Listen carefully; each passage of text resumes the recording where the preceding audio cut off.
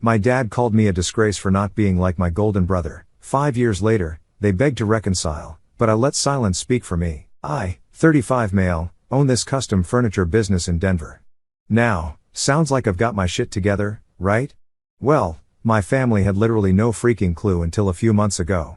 This is going to be a long one, so buckle up. Growing up in our middle-ass suburb, our household operated on one unwritten rule. My brother, Larry, 38 male, could do no wrong, and I could do no right. Larry's 3 years older, had perfect grades, was captain of every sports team, and was treated like God's gift to humanity. Meanwhile, I was the family disappointment breathing valuable oxygen that could have gone to Larry. I once overheard my dad on the phone with some neighbor talking about me like I was a mailroom intern. Yeah, Alex works at Boeing. He's doing something entry-level with wings or rivets or whatever. I was designing structural systems for defense aircraft, but sure, rivets or whatever. And the comparison started early as hell. When I was 6, I built this fort that my dad called structurally unsound before straight up kicking it apart to show me how it's done. That same week, Larry stacked some Legos and my parents acted like he designed the freaking Space Needle. Not even exaggerating, my 8th birthday is when I first realized where I stood in the family hierarchy. Larry had a baseball game that day, so my parents rescheduled my birthday party without telling me. I found out when I came home excited for cake and presents, only to discover an empty house because everyone was at Larry's game. My cousin's mom dropped me off looking confused why no one was home. I sat on the porch for 2 hours in the Denver drizzle, getting soaked and wondering if I'd gotten the date wrong. When they finally got back, my mom just said, "We'll celebrate tomorrow." They never did. I got my presents a week later, unwrapped in a Target bag. Not even kidding. For my 16th birthday, I got driving lessons with the cheapest instructor in town, this old dude named Earl who smelled like cigarettes and kept falling asleep during my practice hours. Dude almost got us killed when he dozed off and I nearly drove into oncoming traffic. When I told my parents, they accused me of exaggerating.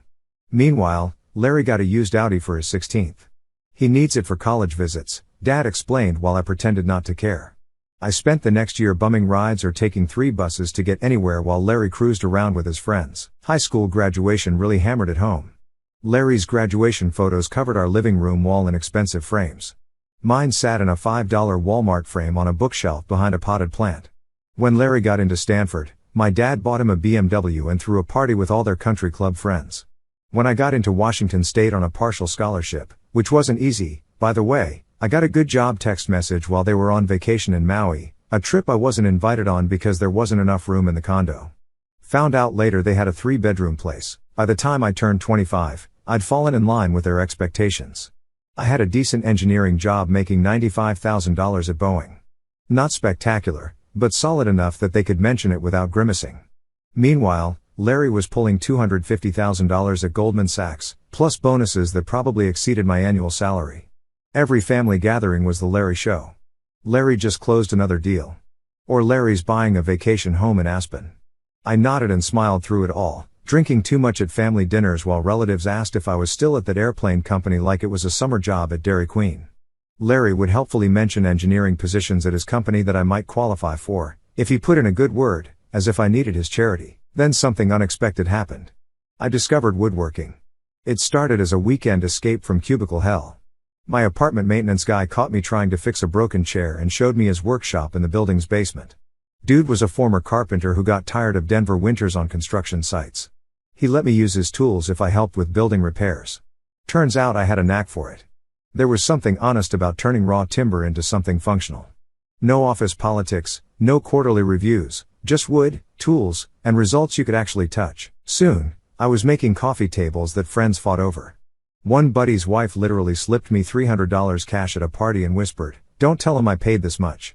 That was the first time I felt like I was actually good at something. My 2 college friends, Raj and Mitch, kept pushing me to take it more seriously. Raj handled marketing for REI and knew what people would pay for artisanal anything in Denver. Dude was always saying, "You realize people are paying $4,000 for tables that aren't half as good as yours, right?"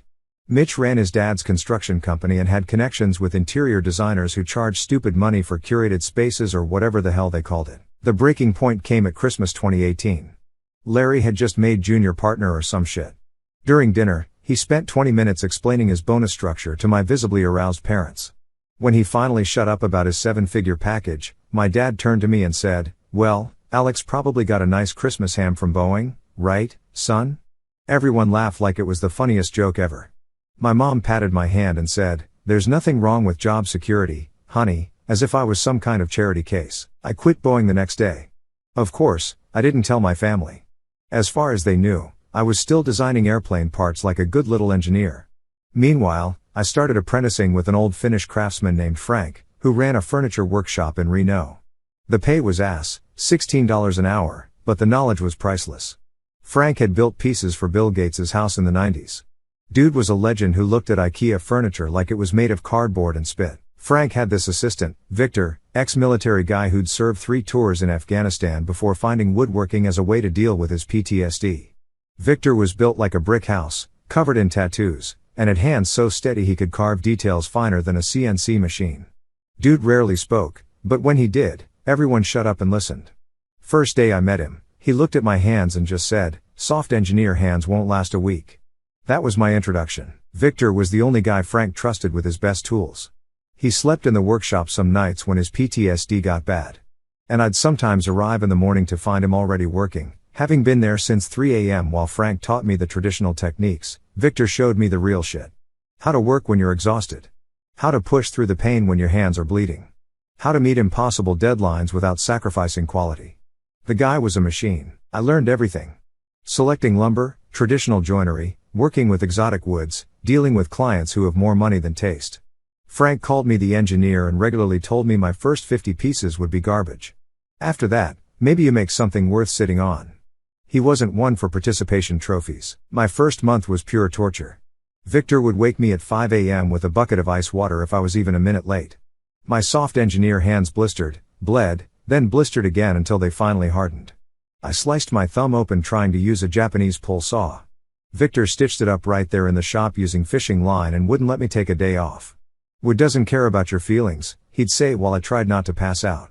Frank just watched, occasionally grunting in approval when I didn't complain. The worst day was when I spent 70 hours building my first real commission, a writing desk for some tech exec's wife. I was so proud of that thing. Frank took one look at it, pointed out 12 different flaws I hadn't even noticed. Then made me disassemble the entire piece and start over. I almost quit that day. Victor saw me packing up and just said, "So that's it? One setback and you're done? No wonder you'll never be better than your brother." I have no freaking clue how he knew about Larry. I never mentioned my family to these guys, but it worked. I stayed and rebuilt that desk twice more before Frank finally nodded and said, "This one doesn't embarrass my shop." Frank was right about my early work. Technically solid, but soulless. I approached furniture like engineering problems. Structurally sound, but boring as hell. Then something clicked. I started creating pieces that told stories. A dining table with a river of blue epoxy running through reclaimed wood from century-old Denver buildings. Desks incorporating steel from the old Breckenridge brewery. I mixed metal with wood, combining the precision of my engineering background with the warmth of natural materials. I spent nights and weekends at Frank's shop, soaking up knowledge and developing my own style. My hands got calloused. My back ached constantly, but for the first time, I was creating something I was genuinely proud of. Victor started treating me with something resembling respect, occasionally nodding at my work instead of just pointing out its flaws. Coming from him, that was basically a standing ovation. 6 months in, disaster struck. My cousin Tina spotted me hauling lumber at a supplier in Highlands on a Tuesday when I should have been at Boeing. She didn't even say hi. Just snapped a pic from her Tesla and texted it to my mom with, "Guess Alex lost his engineering job. Saw him working at a lumber yard today." Lol. My phone blew up within the hour. My dad's text was just 4 words, "Home. Now we talk." Walking into my parents' McMansion that night felt like entering a trial where I was already guilty. Mom, Dad, Larry, and his wife Heather sat in the living room with their emergency family meeting faces. Dad in his dentist money armchair. Mom perched on the sofa edge like she might need to flee. Larry manspreading on the leather couch with Heather's hand strategically placed on his knee. Before I even sat down, Dad tossed his phone at me like he was throwing scraps to a dog. The screen showed my cousin's message and picture. Explain. I tried telling them about my furniture business, how I was learning from a master craftsman, and my plans to open my own studio. I even pulled up photos of pieces I'd made that had sold for real money. Larry laughed a full-throated laugh like I just told him I was training to be a professional unicorn rider. "You're throwing away a stable engineering career to become a handyman? Jesus Christ, Alex. Heather adjusted her tennis bracelet and chimed in with her fake concerned voice. It's such a physical job, too. What happens when you hurt your back or something? Not everyone can coast into management like in the corporate world. Mom finally looked up, but not at my work photos. She stared past me at the wall of family photos, all featuring Larry's accomplishments. What will I tell Diane and Susan at the club? They just asked how you were doing at Boeing last week. Dad stood up, straightened his golf shirt over his country club gut, and delivered the line I'll never forget. No son of mine quits engineering to become a damn hobby carpenter. This is disgraceful. Fix this mistake and get your job back, or don't bother coming home for Christmas. Larry smirked and added, maybe I can make some calls if you've burned bridges at Boeing. And that was it. Something snapped inside me. Not in a dramatic movie way, but in that quiet moment when you finally see things clearly. These people weren't my support system. They were my judges. You know what? I'm good, I said, standing up. Keep your Christmas. Don't be dramatic, Mom sighed. I'm not being dramatic. I'm just done trying to meet standards that keep changing. Larry's standards. Your standards. Everyone's standards but mine. This isn't about Larry, Dad said. It's always been about Larry, I replied. And that's fine. He's your star. But I'm done being the planet orbiting him. I walked out. No slammed door, no dramatic exit, just a quiet click of the door and the strange lightness of a weight finally set down after carrying it too long. With my family in the rear view, I went all in on the only thing that had ever felt right. When Frank was retiring and had no kids interested in taking over his business, when I told him I wanted to buy his workshop, he laughed like I told a good joke. With what money, engineer? But he saw something in me. Maybe the same stubbornness he had at my age. He offered to sell me his tools and client list for payments over 5 years. No banks, no collateral beyond a handshake. That's the kind of dude Frank was. Old school to the core. Victor shocked everyone by asking if he could stay on if I took over. Apparently, the gruff hardass had decided I wasn't completely useless.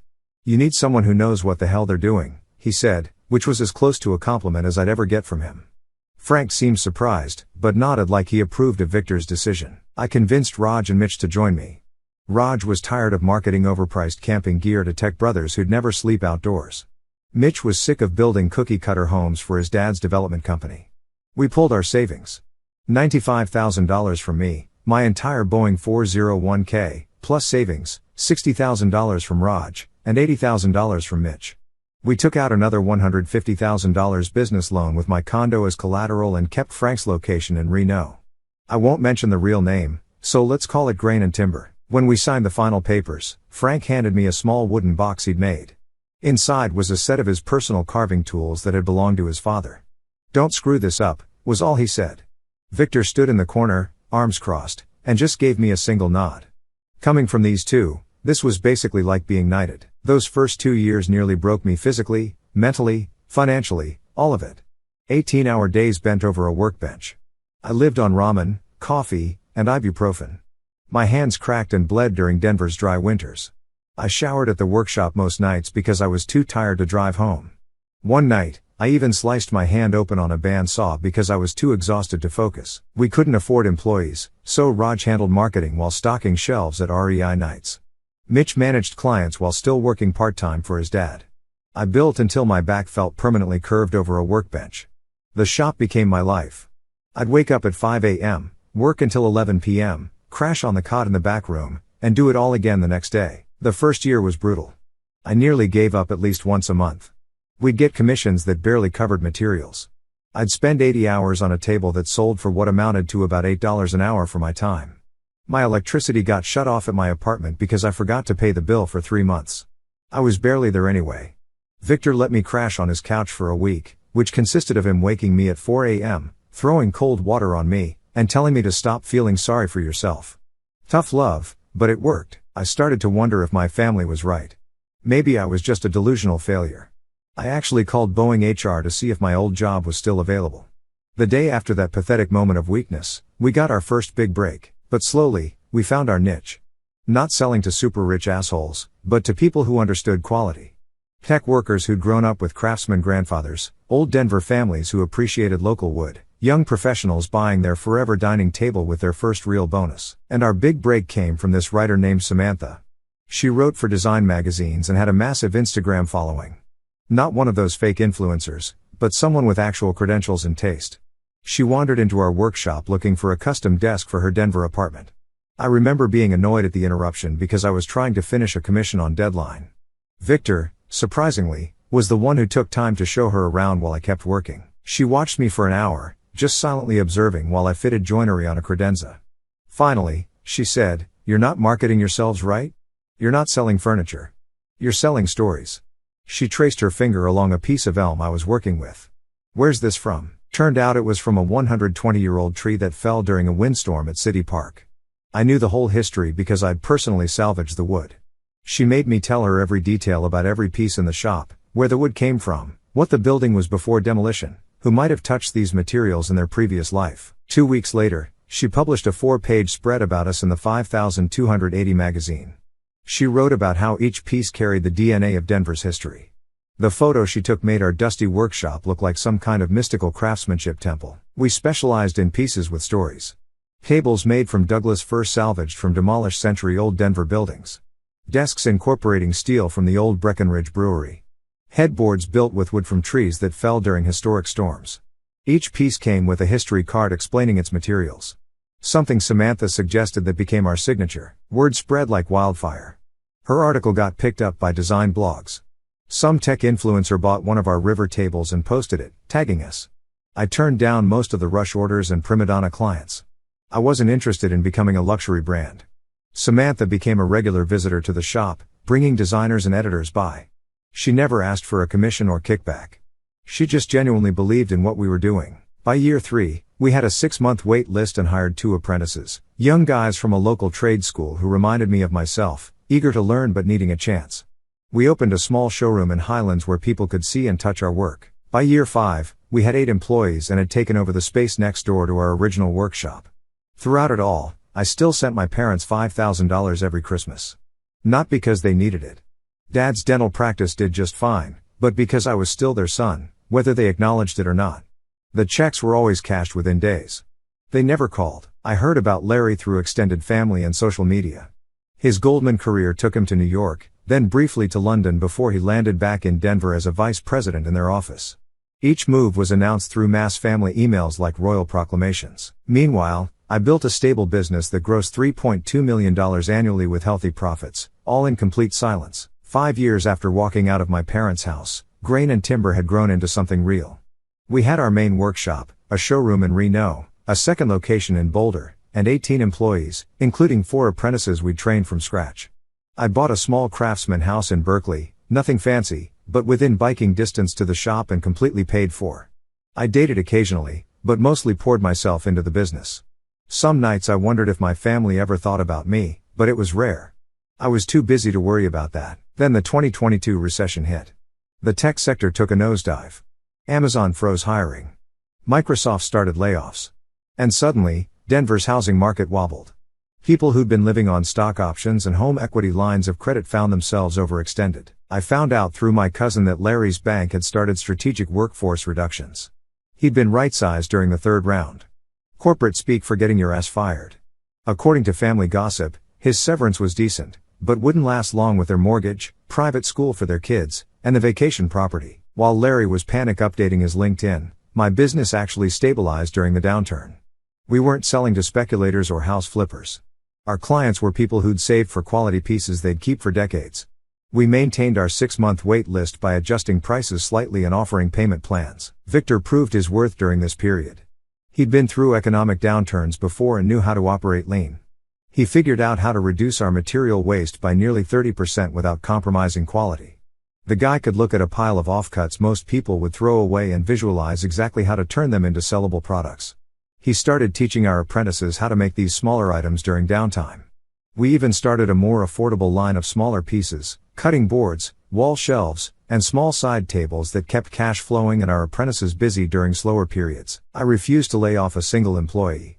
Instead, I cut my own salary and worked alongside everyone else to keep things moving. Samantha came through again, writing a feature about recession-proof craftsmanship that highlighted how we were adapting instead of downsizing. She included a photo of Victor teaching 2 apprentices how to turn trash wood into treasure.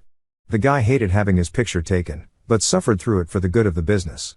After that article, our smaller items started selling faster than we could make them, creating a sustainable cash flow that helped us weather the worst of the economic storm. My cousin mentioned that Larry had been forced to sell their vacation home and pull their kids from private school.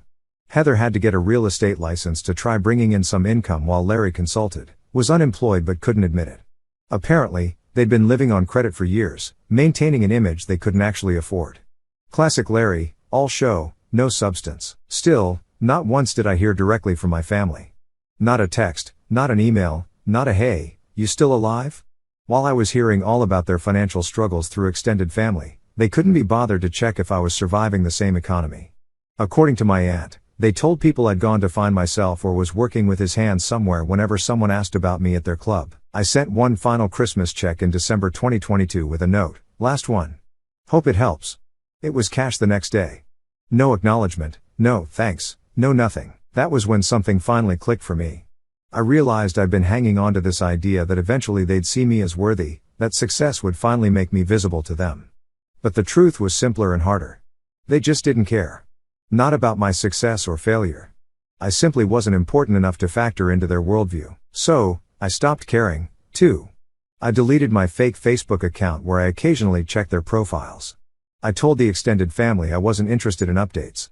I focused entirely on my business, my small circle of genuine friends, and the community of craftspeople I'd become part of. I started mentoring at-risk teens through a local program, teaching basic woodworking skills. Most of these kids had never built anything with their hands before. Watching them create something tangible, seeing that pride when they finished a simple shelf or box reminded me why I fell in love with this craft in the first place. Surprisingly, Victor joined me in this effort. Turns out the guy had been working with veterans struggling with PTSD for years, teaching them woodworking as therapy. He never talked about it. Classic Victor, but he was amazing with the troubled teens, especially the really angry ones. He'd spot the kid in the corner, the one ready to blow up or walk out, and somehow know exactly what to say. "You think you're tough? Try making this joint perfect with those shaky hands." He'd challenge them, never coddle them, and they responded to his brutal honesty. 3 of our current apprentices came from that program. I dated a kindergarten teacher named Ellie for almost a year. She was cool, smart, funny, independent. She wanted to move in together, maybe start thinking about kids, but I couldn't do it. Couldn't risk letting someone that close. The one time she asked about my family and why they never called, I completely shut down. She deserved better than my emotional baggage. We broke up amicably, and I went back to my workshop and my solitary life. And Victor, who never commented on personal stuff, just looked at me after Ellie left for the last time and said, "Running from ghosts doesn't make them disappear." Then he went back to sanding like he hadn't just dropped the most profound shit ever. Then came the day that changed everything. I was in our Reno showroom sketching design options with a couple who'd saved for 3 years to commission their forever dining table. They were celebrating 10 years of marriage and wanted something built from local woods that would eventually go to their kids. This was my favorite kind of project. People who understood the value of quality and story, not just buying expensive to impress their friends. I was deep into discussing wood grain patterns when our front desk manager, Emma's voice, cut through my concentration.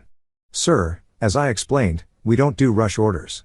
Our current wait time is 7 months minimum." I looked up to see Emma, normally unflappable, clearly stressed, and standing across from her, my entire goddamn family.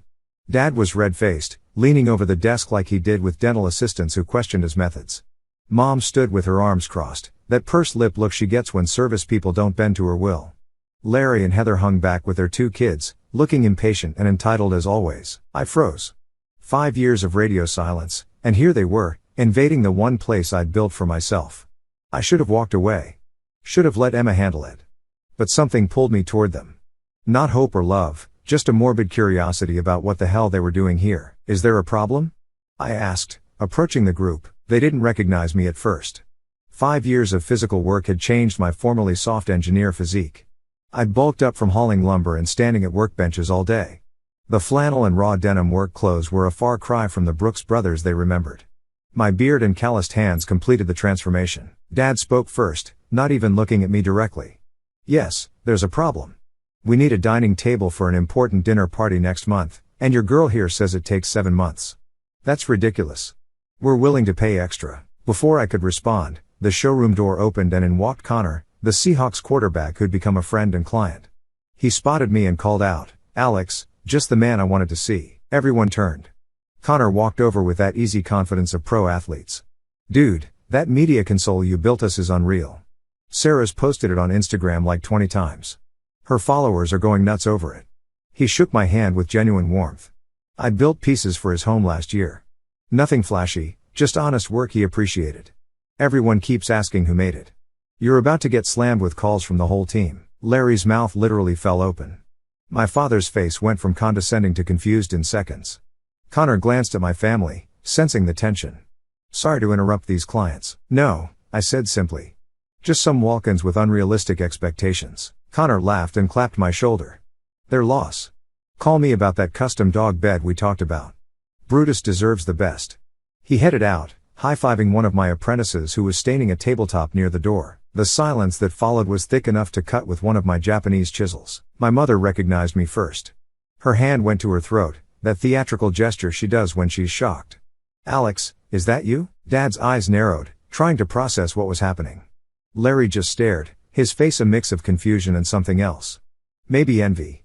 For once in his life, he wasn't the center of attention. Victor emerged from the back workshop, carrying a massive slab of walnut for another project.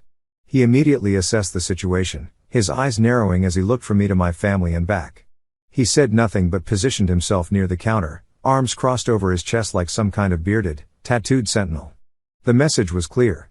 He had my back if this went south. Emma, I said calmly, please show the Millers the maple options we discussed. I'll be with you in a moment. I turned to my family. I'm afraid we can't help you. As Emma explained, our wait list is 7 months, no exceptions. Alex, my mother started, her voice doing that fake emotional wobble. We had no idea that I was successful, I finished for her. Or that I existed at all. It's been 5 years. Not one call, not one text, just cashed checks. Son, my father tried, somehow finding a way to sound both authoritative and desperate at the same time. We should talk about this privately. There's nothing to talk about, I replied. And this is private. This is my business, my life. You're not part of it. Heather stepped forward, always the social operator. Alex, we're family. Families fight. They make up. The kids would love to know their uncle. I looked at her 2 children who were absorbed in their iPads, completely oblivious to the family drama unfolding. I'd never even met them. According to their monogrammed backpacks, their names were Aiden and Madison, my own nephew and niece, and they wouldn't recognize me if they passed me on the street. We need this table, Larry finally said, his voice lacking its usual confidence. It's for a dinner with potential investors. I'm starting my own firm and impressions matter. I almost laughed. Of course, that's why they were here. Not to reconnect, not to apologize, because they needed something. Larry's new firm was probably just him desperately trying to salvage his career after getting axed. And naturally, a fancy table would solve everything. We're willing to pay whatever it costs, my father added, as if that would change everything. Money, the solution to all problems in his world. You don't get it, I said, looking at each of them. I don't want your money. And I don't make exceptions. Not even for family. Especially not for family. But, my mother started. Kate, I called our operations manager, who was watching from across the showroom. Please show these folks out and add their names to the permanent ban list. Wait, my father said, his voice smaller than I'd ever heard it. Can we at least talk about this? Maybe you could come for dinner this weekend. I looked at each of them for the first time in years. My father, older and frailer than I remembered. My mother with new lines around her eyes. Larry, with the desperate look of someone watching their life unravel. For a split second, I felt a twinge of something. Not quite pity, not quite nostalgia. No, I said finally. I don't think I will. I turned my back on them for the second time in my life and walked toward my office, calling over my shoulder. Kate, if they're not gone in 2 minutes, call security. I didn't look back to see if they left. Didn't need to. 5 years earlier, I'd been the one walking away with nothing. Today, I was walking away with everything. That night, I was alone in my workshop after everyone had gone home. I ran my hands over a slab of 200-year-old redwood I'd been saving for something special. Then, I heard the back door open. It was Victor. He rarely stayed this late. Without a word, he pulled up a stool and sat across from me. For a few minutes, we just sat in silence, him studying my face while I traced the grain of the redwood. Those people, that was your family. He reached into his pocket and tossed something onto the workbench. A bronze coin worn smooth around the edges. 10 years sober, he said. Got it 2 weeks before you started here. I looked up, surprised. He'd never shared anything personal before. My family gave up on me after my 3rd relapse, he continued. Can't blame them. I was a mess after Afghanistan. But here's the thing. I didn't get sober for them. Did it for me. Same reason you built all this. For you. He stood up, clearly uncomfortable with saying so many words at once. Just figured you should know. Walking away from them again was the right call. With that, he turned and headed for the door, pausing only to add, I'm taking tomorrow off. First time in 3 years. Don't burn the place down while I'm gone. That was probably the most Victor had ever said to me at one time. And damn if it wasn't exactly what I needed to hear. I thought about my family showing up like that. The desperate look on their faces. For years, I'd fantasized about a moment like this. Them seeing me successful, them needing me for once. I thought it would feel like victory. Instead, it just felt empty. What was the point of proving yourself to people who never really saw you in the first place? Samantha stopped by the shop yesterday. She's engaged now to some architect. They want us to do all the furniture for their new place. She brought me a gift, a small wood carving from Japan. For the man who is everything except family, she said. I must have looked surprised because she added, Victor talks more than you think.